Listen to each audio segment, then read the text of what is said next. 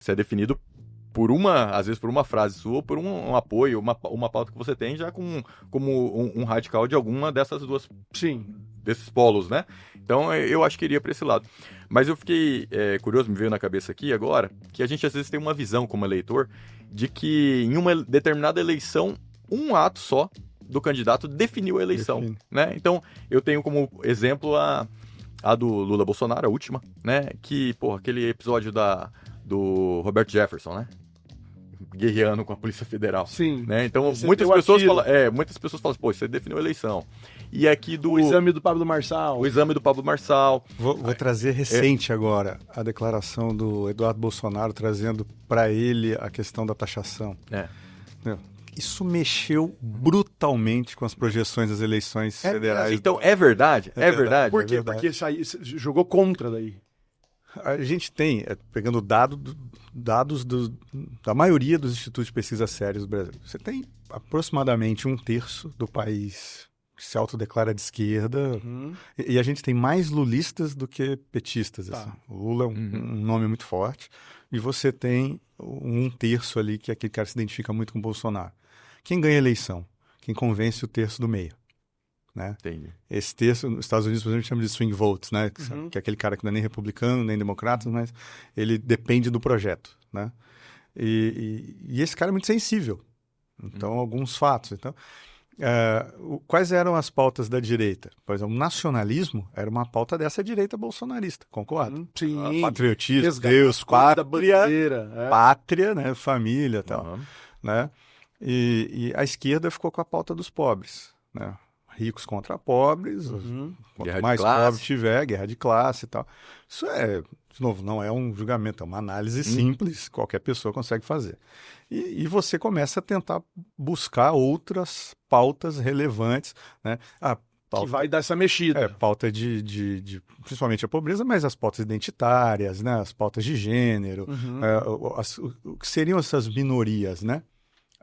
O que se autodenominam minorias, né? Há controvérsias, mas então eles ocuparam esses espaços, né?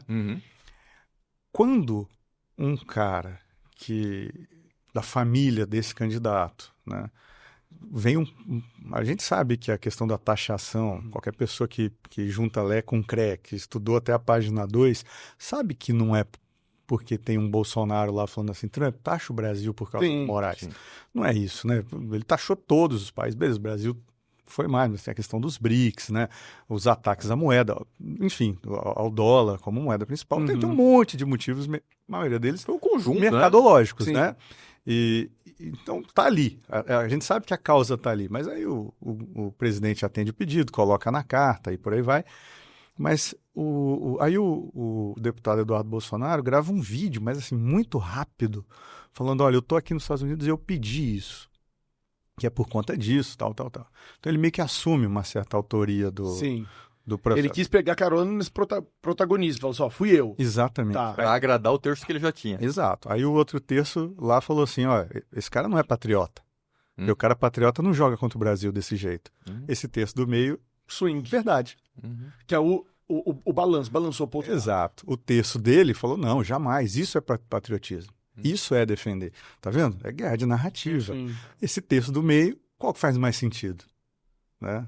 Então, nesse caso, começou a fazer sentido que isso talvez não fosse uma ação de fato inteligente patriota. Aí o cara começa a, de novo, fortalecer o Lula que vinha definhando por conta dos números do país. Mas tem como ganhar uma eleição sem essa polarização?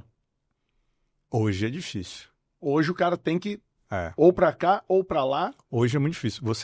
A gente vê alguns caminhos assim de pessoas que você sabe que tem projetos até um pouco mais inteligentes, isentos, assim. Mas se você não agradar um dos lados, esquece, porque o seu terço também, que é aquele terço até menos posicionado, que é um terço um pouquinho mais racional, ele não elege. Pro executivo não, ele vai eleger pro legislativo. Mas pro executivo não.